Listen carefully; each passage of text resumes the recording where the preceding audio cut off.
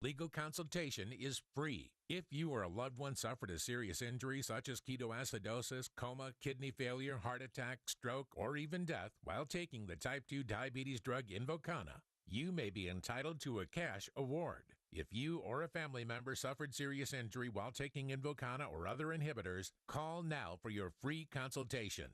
Call 1-800-743-3450 now.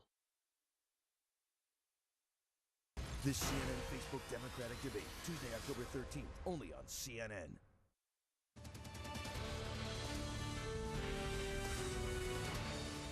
And was America great? It's before this president, too. Going into Iraq was a tremendous mistake for our country. It destabilized the Middle East, and that was Bush's fault. I would say that Reagan and Clinton, the country wasn't decimated like it is now. Well, that was Republican presidential candidate Donald Trump. He is still topping his GOP rivals in the polls. According to a new poll from Quinnipiac University this morning, the frontrunner's lead does appear to be shrinking slightly, while his outsider opponents are closing in. Let's discuss everything that he said with our CNN political commentator, S.E. Cupp, and CNN political commentator and Democratic strategist Maria Cardona. So great to see you, ladies. Good morning. I'll start with you because I did want to ask Trump about when was America's heyday, and you heard his answer there. He thought it was during the Reagan, that is predictable, and Clinton era. What did you think about some of the things he said? Oh, boy. Well, kudos to you for trying to get somewhere with Trump. I think I would have hung up the phone had he told me that he has foreign policy ideas, but they're a secret. Yeah, but bravo to you.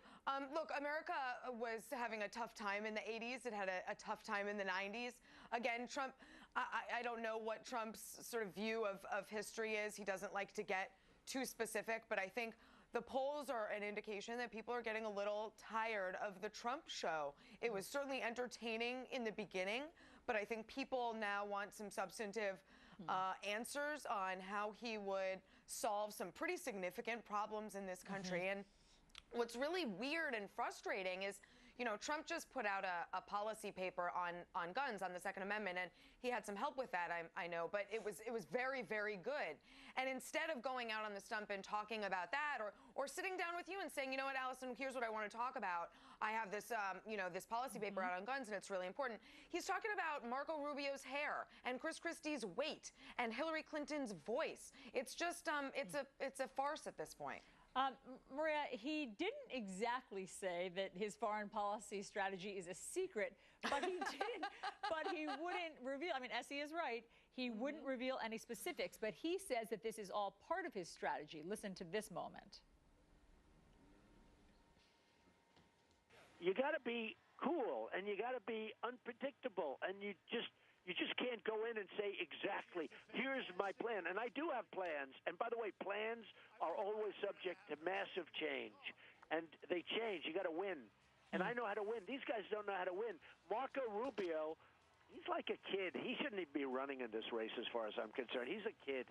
Maria, what he's saying there is you don't want to tip your hand to your enemies about your military plan. Doesn't he have a point? Well, no, because there's a big difference between not wanting to tip your hand to your enemies and actually laying out a sensible framework in terms of a strategy of how you would approach something. But this is clearly something that Donald Trump either doesn't understand or he does understand it but just has absolutely no clue on how to do that in a campaign where, and you saw this in this debate, issues are going to start to become more important. What happened at the debate is that he went completely silent. I think it was like 37 minutes where he didn't speak, and we know that that in itself is a first. But he wasn't speaking for a reason, and the reason was he had nothing to contribute to the debate, which was actually quite robust, that was going on the stage between all the other candidates on foreign policy. And voters are starting to see the chink in that armor. They're starting to see that perhaps the emperor has no clothes. Okay, you say that both of you say that voters are starting to see that, but let's look at the latest Quinnipiac poll. It was out at 6 a.m. this morning, so let's pull that up because I'm not sure that it reveals what you're saying. Yes, he's down 3 points. It's within the margin of error from August, from 28% to 25%. And yes, his rivals are creeping up. Ben Carson has gone up to 17%. Carly Fiorina up from 5% to 12%. Even Jeb Bush up from 7% to 10%. Marco Rubio up from 7 to 9%. But Essie, he's still the far and away leader here. It's not that voters are rejecting him. Well, no. Well, actually, I mean, you could say 75% of conservative voters are rejecting him, and he still has pretty high unfavorables and is still the guy most conservatives, and in particular most women, say they would never vote for. So there is a bit of a rejection, even if he is the front runner for 25% of the party. But Trump has not gone down in the polls since he entered the race until now. So whether you think that's because of the bad debate performance or because of the incident, you know, with the Muslim question that he got at that rally, you know, or some of his comments he's made about the other candidates recently, and now his new feud with Fox News. I mean, something has to have sort of changed against Trump. And maybe it's more a recognition that someone like Carly Fiorina is coming up and is a more believable, more credible outsider.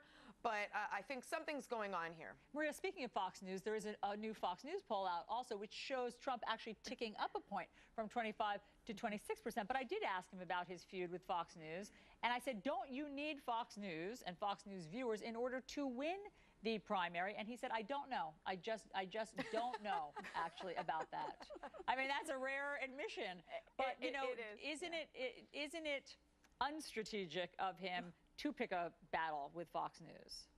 Of course it is. But I think if there's anything that we've learned about Donald Trump in this campaign season is that he has been completely unstrategic up to this point, but it has worked for him up to this point.